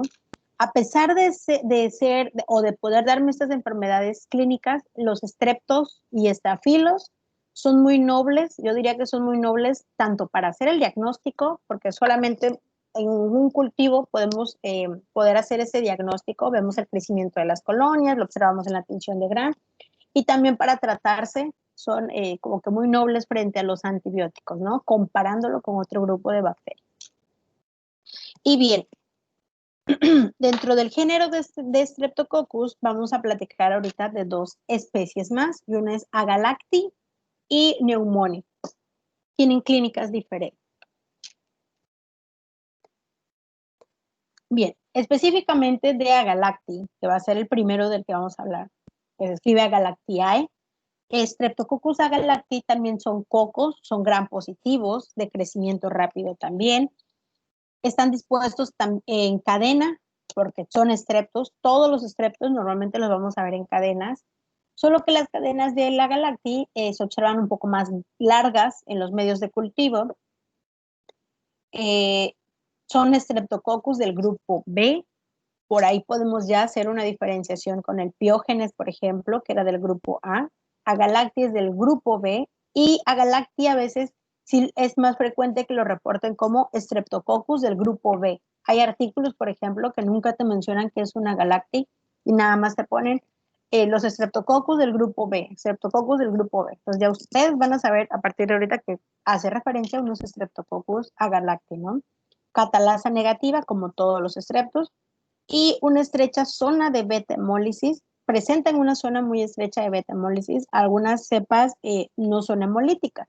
Entonces, o bien no presenta hemólisis, y si lo hacen, puede ser una beta-hemólisis, es decir, una hemólisis completa, ¿no? Ahora, hay diferentes géneros, decíamos, que son los Streptococcus. Hay diferentes especies, que puede ser Piógenes, Agalacti, Pneumonic. Pero entre estas mismas especies pueden haber diferentes cepas. ¿Qué significa la cepa? Que van a ser variaciones de las mismas especies. Por ejemplo, de un Streptococcus agalacti podemos tener diferentes cepas. Cada cepa puede tener habilidades diferentes. Es decir, que una cepa puede ser causante o puede ser más virulenta que otra. Puede ser que esa cepa me pueda hacer producción de alguna toxina que la otra no. Entonces, esa cepa que va a ser la bacteria pura va también a tener diferentes características, diferentes facultades, ¿no? Van a ser unas más facultativas que otras, dentro del mismo género y dentro de la misma especie. Hay estudios específicos para determinar qué tipo de cepa es. Entonces, por eso, Streptococcus agalacti van a haber unos que hagan hemólisis y van a haber otros que no presenten hemólisis, ¿no? Hablando específicamente de estos. Y bueno, Este organismo, algo importante, es que reside en el tracto gastrointestinal con propagación secundaria a otros sitios, de los cuales el más importante es la vagina.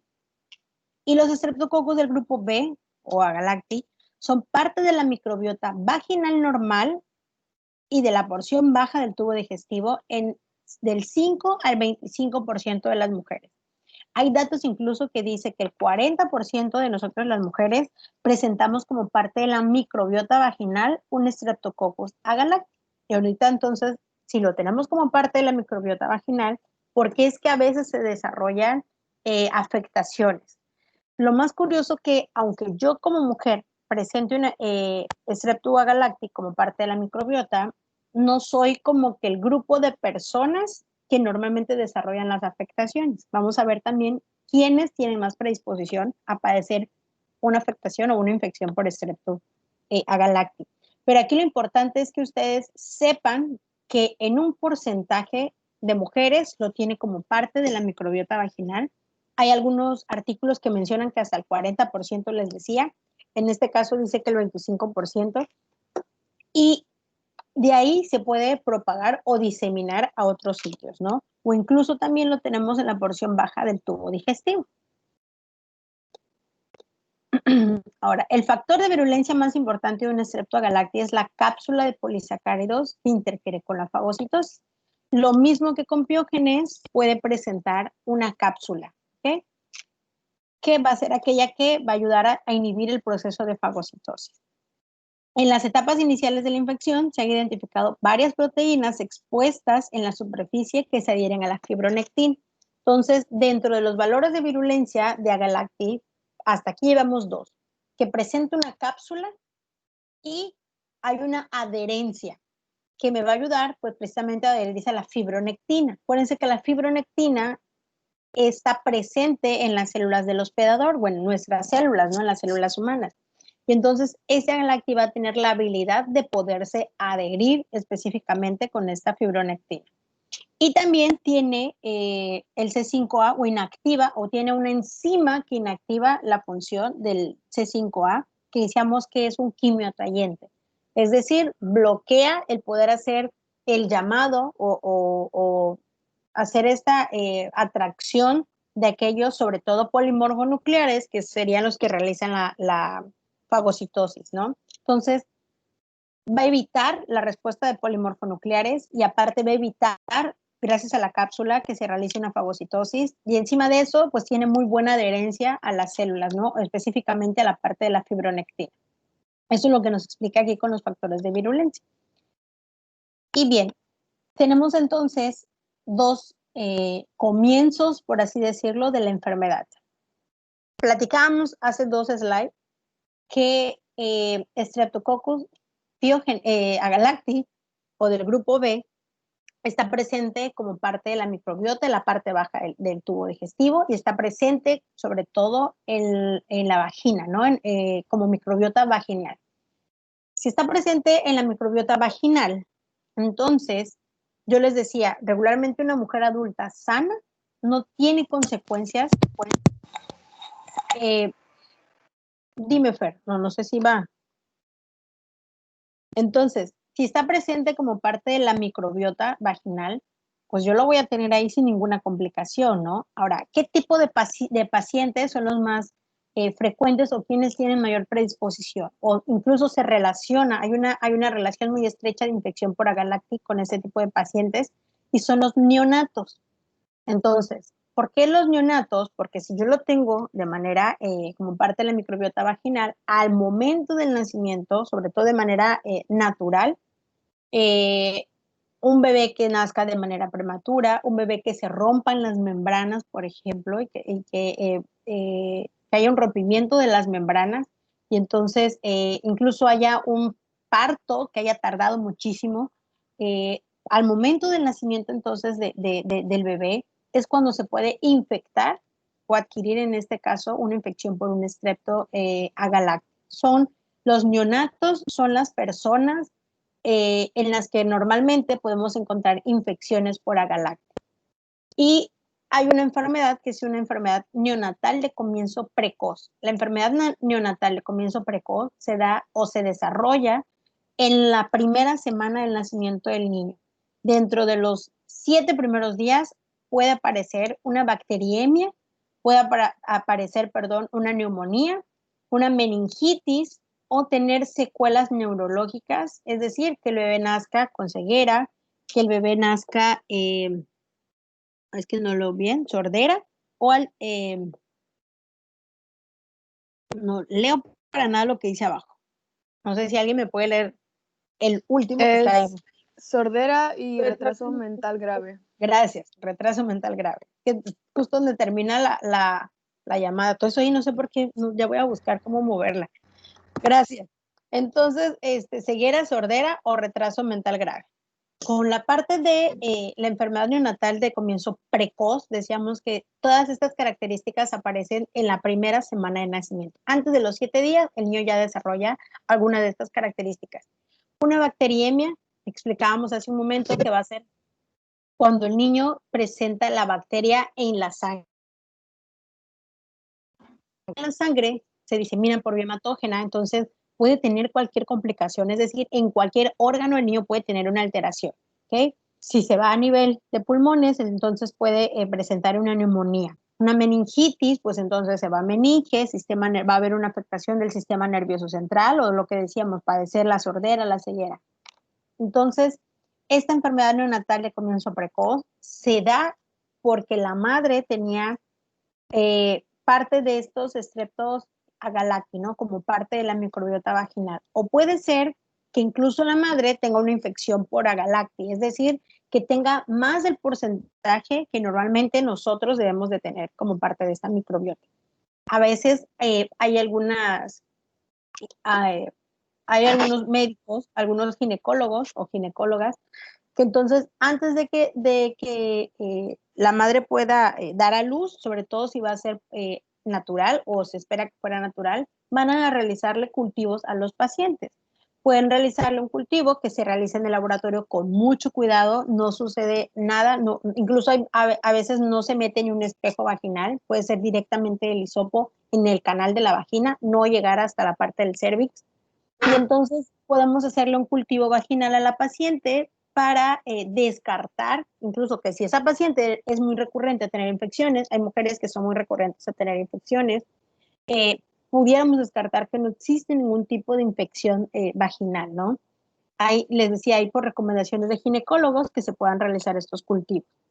Entonces, si la paciente tenía mayor porcentaje de agalacti o incluso es sobre todo, o sea, no todas las mujeres, nuestros bebés pueden terminar con una infección, ¿no? Decíamos que es cuando hay un bebé sobre todo prematuro, que las defensas del niño están por debajo de lo normal, estamos diciendo que es un parto demasiado tardado, entonces es cuando el niño está muy expuesto sobre todo a la zona, cuando el niño no tiene las defensas. Regularmente estas afectaciones son las que llevarían a que un niño nazca con una infección por agalacti, ¿ok? O incluso después del parto, la madre puede también desarrollar una infección por agalacti. Y hay una enfermedad que también se llama neonatal de comienzo tardío. Esta incluso se puede dar u observar meses después de que ya el bebecito haya nacido y puede ser una bacteriemia también con una meningitis.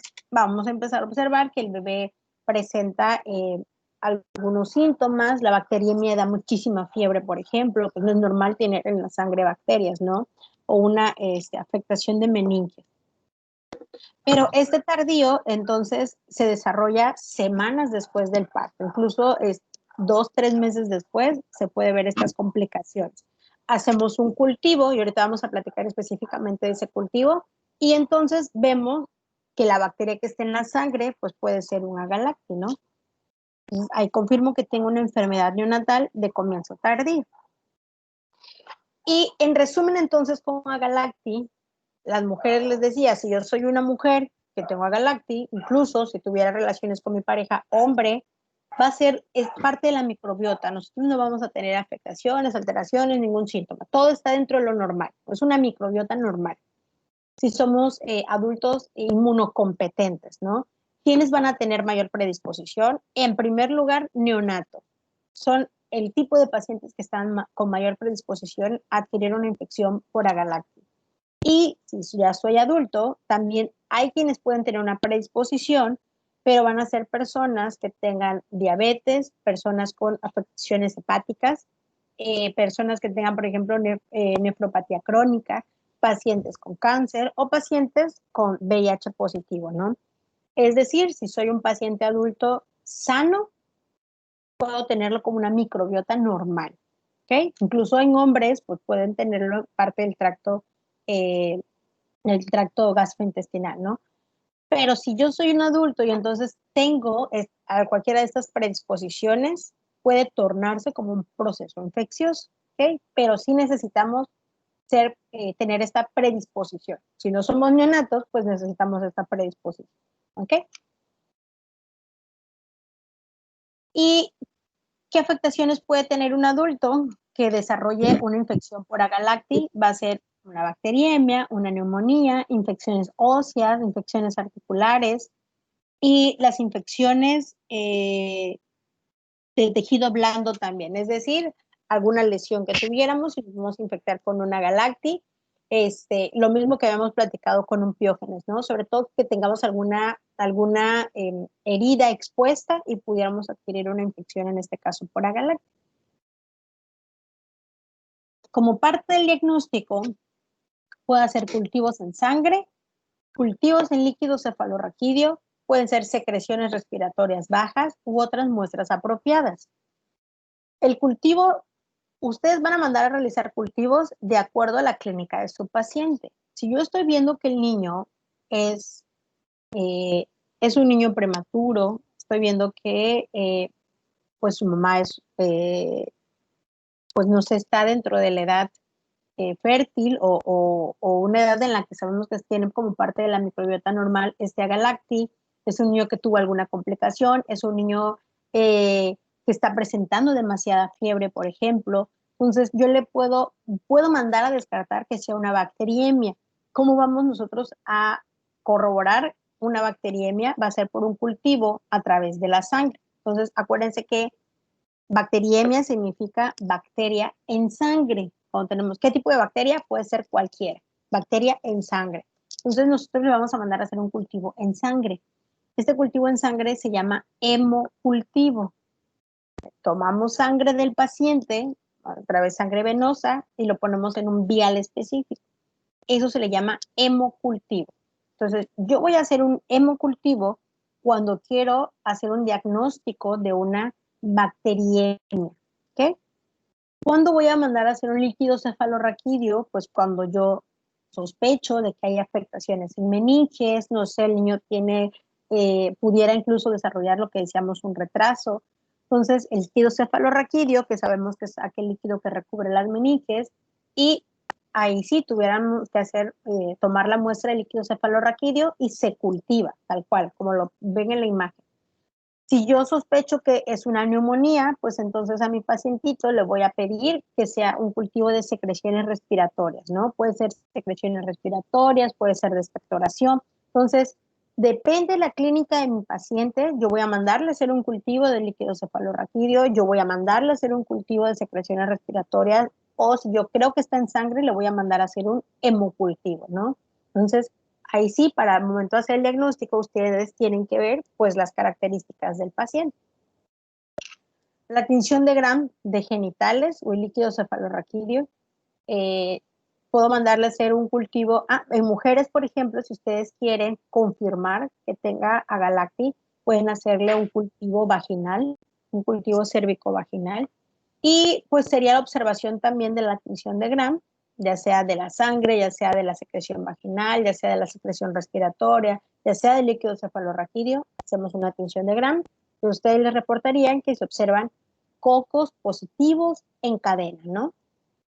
Acuérdense que la tinción de Gram solamente nos dice si son cocos, si son bacilos, si son positivos, si son negativos y cómo están agrupados o formados. Es decir, si están los cocos de par en par, que llamamos diplococos, si están en cadenas, que son los streptococos, o si están en forma de racimo, que son los estafilococos, ¿no?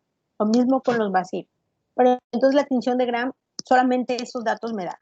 Son cocos, son bacilos, son positivos o son negativos y cómo están agrupados. Es todo. Entonces, en la tinción de Gram no me dice específicamente la especie. Eso me lo va a decir un cultivo, ¿ok? Entonces, van siempre como que de la mano una tinción de Gram con un cultivo de sangre. Específicamente sea de sangre, de líquido cefalorraquídeo, genital. ¿Okay? No sé si queda clara esa parte. Y también puedo mandar a hacer pruebas de PCR, que son reacción de la cadena de la polimerasa, que son específicamente buscando el material genético de la bacteria, pero son pruebas muchísimo más específicas, cuando a veces sí necesitamos datos muy específicos. La PCR es lo que llamamos nosotros pruebas moleculares. Entonces, acuérdense que pruebas moleculares o pruebas de PCR es una técnica, que a través de esta técnica, que es PCR, reacción de la cadena de la polimerasa, pues existen pruebas de PCR para casi cualquier tipo de microorganismo, ¿no? Para COVID, que ahorita es la prueba confirmatoria, en este caso pueden ser bacterias, también hay para parásitos, pero acuérdense que el PCR es como que lo más específico que existe, ¿ok? Entonces, a veces no es necesario hacerle una PCR a mi paciente y que gaste 2,000 pesos a que se haga un cultivo, por ejemplo, un hemocultivo, no sé, que le cueste 300 pesos, cuando a través de un cultivo me puede dar un diagnóstico certero también, ¿no? Entonces ya la prueba de PCR o pruebas moleculares realmente ya son casos muy específicos, ¿no? O porque tal vez ustedes ya tuvieron un tratamiento y quieren confirmar que así lo más mínimo que quedara en el cuerpo, pueden mandar a hacer una prueba de PCR. Pero ya la prueba de PCR realmente son cosas para, pues ya con mayor especificidad. ¿Ok? ¿Qué hora es? Va bien. Y por último, el tratamiento, acuérdense que los estreptococos son muy sensibles a las penicilinas o al grupo de betalactámicos. En el caso de infecciones graves, pues sobre todo en neonatos, podemos dar combinaciones de antibióticos, puede ser una penicilina con un aminoglucósido. Si mi paciente es alérgico a la penicilina, puedo darle una vancomicina, por ejemplo. La vancomicina es un fármaco que es casi propio de los cocos gram positivos, o una cefalosporina. Y para bebés de alto riesgo se administra penicilina, incluso antes del parto, ¿no? En el caso de la mamá, ¿no? En el caso de las mujeres que tuviera una infección por agalactin.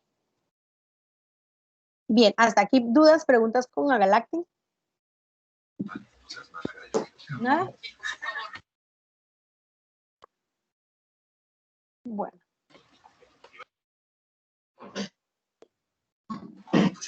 Vamos a continuar. Ok. Vamos entonces a continuar con unos estrepto pneumoniae. Y con el estrepto pneumoniae va a ser el último estrepto del que vamos a platicar. Como su nombre lo indica, sobre todo vamos a tener afectaciones pulmonares en alvéolos, vamos a tener una afectación que es una neumonía, ¿no? Sobre todo. Bueno, el Streptococcus pneumoniae también se le conoce como neumococo. Aquí en México es muy conocido como neumococo, incluso la vacuna la conocemos como vacuna para el neumococo, ¿no? Pero entonces, ¿de quién estamos hablando? Pues es un pneumoniae, Streptopneumoniae. Es un coco gram positivo, suele estar encapsulado, o en este caso, quien me causa neumonía son cepas que están encapsuladas. Acuérdense que las cepas o bacterias con cápsula o encapsuladas, pues van a ser mucho más patógenas, van a tener mucho más capacidad de virulencia. Se disponen en parejas, vamos a tener que son o cadenas cortas, acuérdense que todos los estreptos pues van a estar en cadenitas, pero en el caso de los pneumonias pueden estar en parejas, o sea, 2 coquitos de 2 en 2, lo que conocemos como diplococo. Y las colonias me pueden marcar una alfa hemólisis si lo hacemos en una atmósfera aerobia, o una beta hemólisis si crece en condiciones anaerobias. Entonces aquí la hemólisis de un pneumoniae, dependiendo cómo se incuba o en las condiciones en las que crece, puede haber dos marcajes de las hemólisis, ¿no? En la tinción de Gram, entonces, podemos ver un reporte que van a ser cocos, que van a ser gram positivos, y que van a ser o bien cadenas cortas, o incluso me puede decir que se observan diplococos gram positivos. ¿Okay? Con neumonía, entonces, la transmisión es a través de gotitas de Fluch, que son un poquito más grandes, decíamos, que las de Wells, o aerosoles de personas infectadas. Aunque la transmisión es frecuente entre humanos, la mayoría no desarrolla una infección. Entonces, a veces incluso podemos tener una cantidad de streptoneumoniae, pero gracias a esas mucosidades y a esas defensas, no desarrollamos una neumonía como tal. ¿Okay? Entonces, segurísimo, todos en algún momento hemos convivido con Streptococcus pneumoniae. Entonces, se da por esos aerosoles al momento de hablar, al momento de estornudar, ¿no? Los neumococcus son residentes normales de las vías respiratorias altas desde el 5 al 40% de los seres humanos. Pero decíamos que entonces, si yo tengo una bacteria que suele ser patógena, ¿por qué no desarrollamos, pues la mayoría de nosotros, una infección por neumonía? Pues porque existen factores, salvo que hubiera un factor que va a haber un cambio o que permite el paso de la bacteria, sobre todo a pulmones, es cuando entonces nosotros podemos desencadenar una infección. ¿Okay? Entre los factores que probablemente disminuyen esta resistencia y que va a desencadenar en una infección neumocócica están que yo tenga otra infección viral, que yo tenga en este caso una infección viral y de otro tipo del sistema respiratorio que lesione las células de mi superficie, que haya intoxicación por alcohol o por fármacos, que tenga una dinámica circulatoria normal, es decir, que yo tenga una previa congestión pulmonar o que tenga una insuficiencia cardíaca, y otro tipo de mecanismo. Puede ser un paciente que tenga debilidad general, que sea desnutrición, que tenga alguna afectación, por ejemplo, una anemia drepanocítica, pues una anemia drepanocítica hay una destrucción de eritrocitos, ¿no? Entonces eso me va a dar una inmunodeficiencia, sobre todo la drepanocítica que es hereditaria. Pero bueno, en general entonces lo que estamos platicando es que todos en algún momento hemos convivido con un streptoneumoniae, pero también depende si tiene cápsula o si no tiene cápsula. Y a eso sumémosle que nosotros tenemos una mucosidad, que lo que es lo que decíamos es que permite que quede ahí pegado estas pequeñas colonias de un streptoneumoniae, ¿ok? Entonces, si nos hiciéramos algún cultivo, a lo mejor sí hallamos algún streptoneumoniae, ¿no? Vías respiratorias altas. Entonces, no llegan hasta la parte de los pulmones, salvo que tuviéramos alguna alteración de las que platicamos ahorita. Entonces, es cuando vamos a desencadenar una infección por streptoneumoniae. ¿Qué factores de virulencia presenta? Hay cepas, decíamos, que presentan una cápsula y esta cápsula está formada por una capa de polisacáridos. Incluso al momento de hacer un diagnóstico hay una prueba para observar si existe esa capa de polisacáridos. Entonces, si hay esa capa de polisacáridos, pues por ende sabemos que sí está la bacteria encapsulada, ¿no? Mientras que las cepas carentes de cápsula no son virulentas. Entonces, decíamos, puede haber un mismo género, una misma especie, pero van a haber cepas diferentes. ¿Qué género es? Streptococcus. ¿Qué especie es? Pues todos son Pneumoniae, pero van a haber variaciones, aún siendo del mismo grupo de Pneumoniae, que tengan cápsulas y que no tengan cápsulas. Entonces, aquellas que sí tienen cápsulas, pues van a ser mucho más virulentas. Quienes no presenten cápsulas, pues seguramente van a quedar solo a nivel de tracto respiratorio alto y el propio sistema inmune va a encargarse de eliminarlas, ¿no? Si tiene cápsula, pues va a presentar mucho mayor resistencia y es cuando probablemente sí vamos a tener una afectación. Entonces, las bacterias neutralizan el envoltorio mucoso a través de la producción de una proteasa de inmunoglobulina A secretora y una neumolicina. Sabemos que tenemos inmunoglobulina A, por ejemplo, en ciertas secreciones, hasta en la saliva nosotros tenemos inmunoglobulina A, ¿no? Que sirven como defensa específicamente, contraataca pues algún agente infeccioso. Entonces ella neutraliza esta viscosidad, sobre todo de la inmunoglobulina A, de ese moco que tenemos nosotros.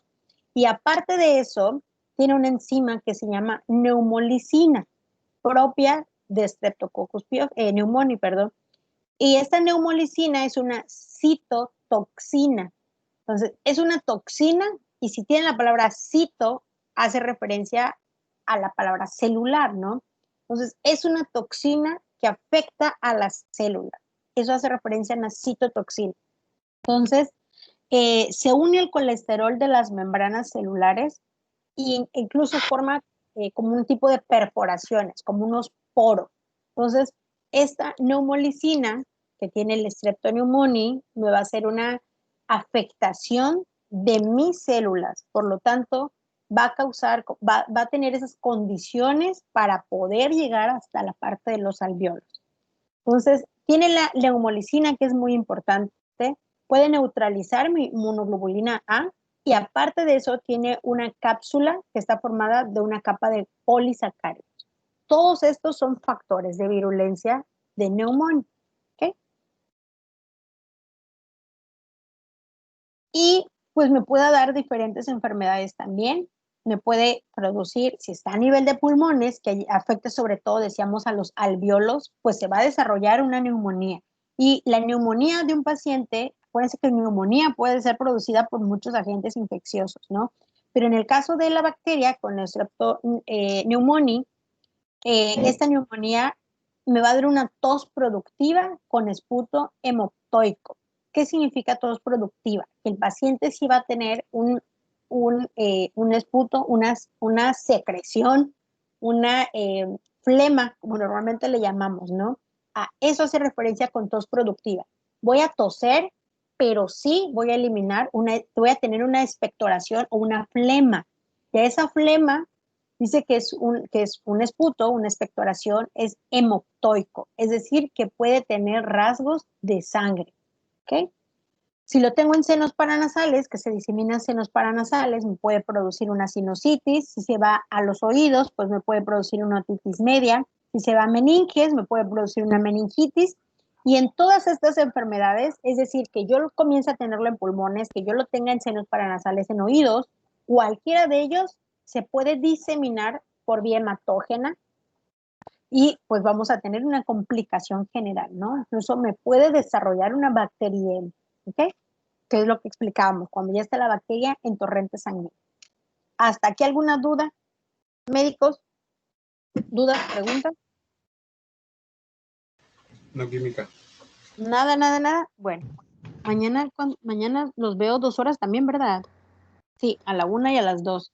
Bueno, entonces vamos a terminar hasta aquí y mañana vamos a continuar, vamos a terminar de ver neumonía y vamos a ver enterococos, ¿sale? Para que les quede aquí ya, ahorita para no, para dejarlos descansar tantito.